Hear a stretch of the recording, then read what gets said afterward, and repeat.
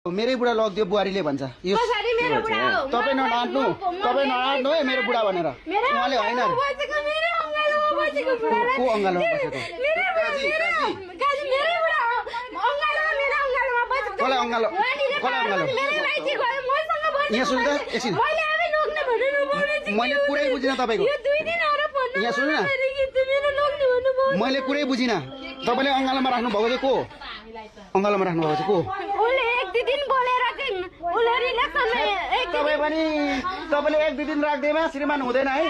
कहाँ गयो एक दुई दिन मात्रै राखेको एक दिन मात्रै उसले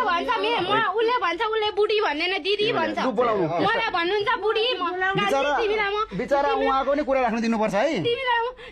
म यसरी बिचल्ली पार्दिन तिमी मेरो स्वास्नी हो मैले ल्याएको त्यसले त एकछिन फोनमा बोली भन्दा त्यो त मेरो दिदी पर्छ तर मेरो बाबा मेरो आमासम्मको मान्छेलाई चाहिँ मैले कसरी बुढी भन्छु भनेर भन्नुहुन्छ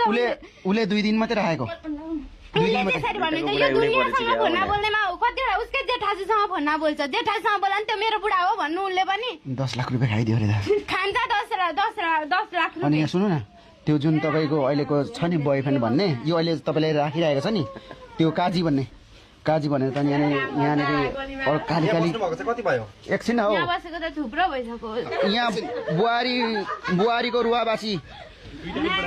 यहाँ